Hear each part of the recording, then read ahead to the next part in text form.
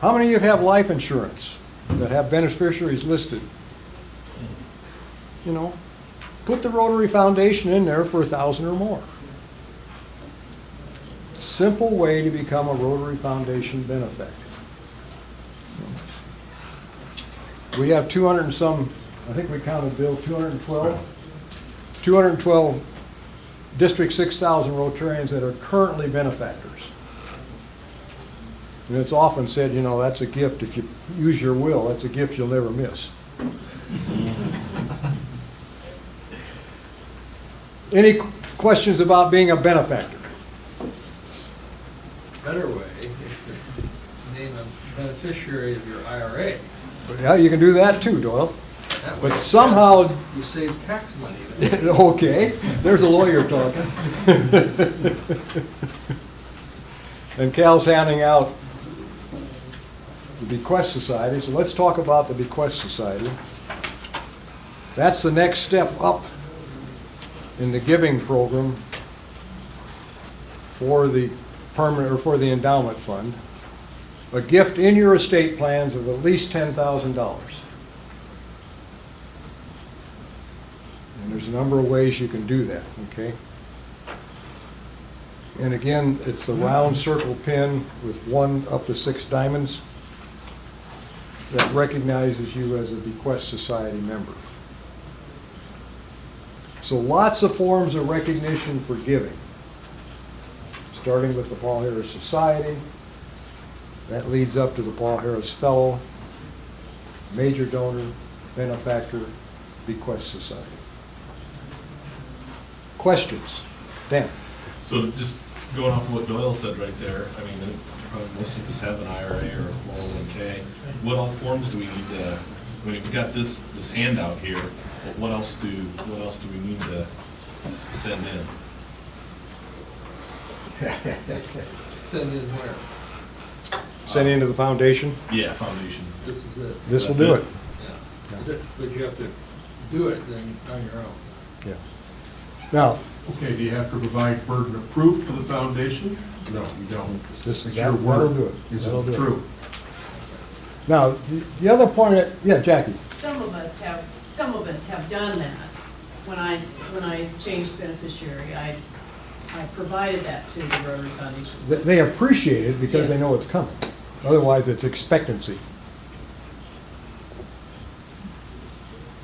Let me offer this to you, and we had this example of a Rotarian in the district, lost his spouse, wanted to make a major gift in the spouse's name.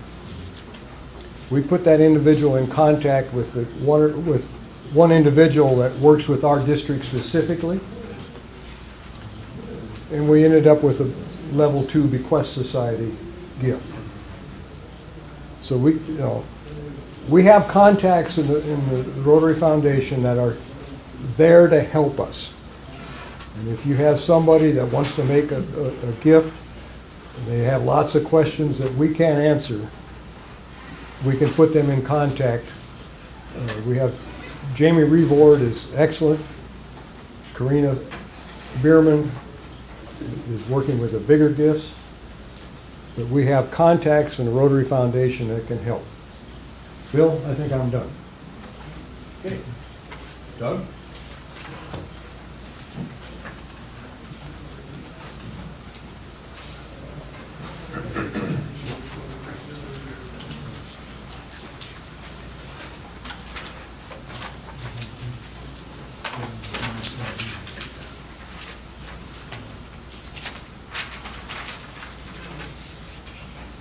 All right, who here has spent Rotary Foundation money in their community? How'd you get it? You know how you got it? The money? Through a district grant, right? It used to be called District Simplified Grants. But a lot of Rotarians don't understand that is foundation money that's coming to yours. It's not district controls the money, but it's coming from the Rotary Foundation. It's a district grant now to the district, but we're now calling them at the club level community service grant. So when you apply for one of these, they'll be referred to as community service grants. Focus is the same as a district simplified grant program, but the district receives a district grant, a certain amount of money, and we parse it out to the clubs through an application process. Does this work? So, the districts, like I said, get the grant from the Rotary Foundation. We haven't applied for one this year yet, but we're in the process of getting it done. So we applied for a district grant by submitting a spending plan to the foundation. And in that spending plan, we're requesting a specific amount of DDF, like Cal talked about earlier, that comes back to the district every year. Specific amount of DDF that has specific applications or uses.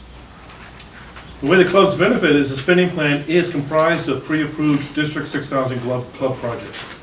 So your club can submit a project idea through an application process.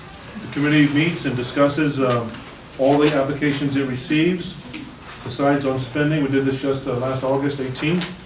And if the project is approved by the district committee, then you go into the spending plan. And then if the foundation approves that spending plan, then your project is funded. So that's how it works. We can submit a spending plan as early as July 1 of each Rotary year. That was our target this year, but because of other more complicated things, we haven't submitted it yet because we're waiting on some paperwork from some past reports from other clubs. But we hope to have it in July. In October of this year, about a month from now, maybe. Now, how much money is available in this program? Well, the district can ask for as much as 50% of the new DDF that comes to the district each year as a district grant. And Cal showed that number. So if our district had given $400,000 3 years ago, the district gets back $200,000 as half of that contribution, then up to $100,000 of it can be spent as district grant. Now, here's what happened last year. The program has changed. We're now under the new model. Future Vision used to be called. Now we're just referring to it as a new model. It's the grant model now. But last year, we were under the old model. The old model had different guidelines. But last year, our spending cap was just $42,460. That was 20% of the new DDF for last year, in fact. This current year, 13-14, under the old model, using the same guidelines up here, we would have only been allowed to spend about $41,000. The foundation puts a cap on it. But with the new grant model, we could spend up to $102,358. We're not going to do that, obviously, but we could. What we actually did, though, is we funded $47,460 worth of grants to Rotary clubs in District 6000. We had 23 applications. One was withdrawn. A couple weren't funded. I think we had funded 17. I can't remember off the top of my head.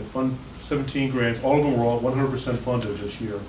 And so actually, with this new model, we have a little bit more flexibility in the amount of money we can spend on local projects for Rotary clubs in District 6000.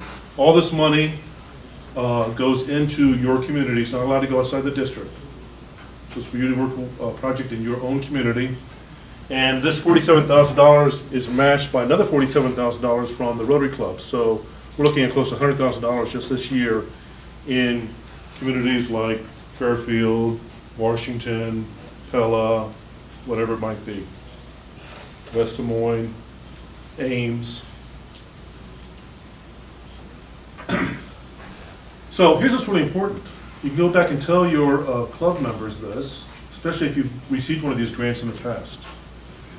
The maximum amount of money that's available on this program is based on contributions by District 6000 Rotarians to the Rotary Foundation, the annual funds. The smaller that number is, the less money is available for this project. The more money that we contribute, the more money is available for this kind of program. Could you give us some samples of the kinds of projects that were? Yeah, I've got a slide coming up of a couple of those. So your contributions to the foundation drive this program, just like all the other programs that we do. Matching grants, global grants, ambassadorial scholars, peace fellows, folio. It's all driven by our contributions and the fundraising that we do in our community. So your project goes into the spending plan if it's recommended to the, now called the Community Service Grants Committee.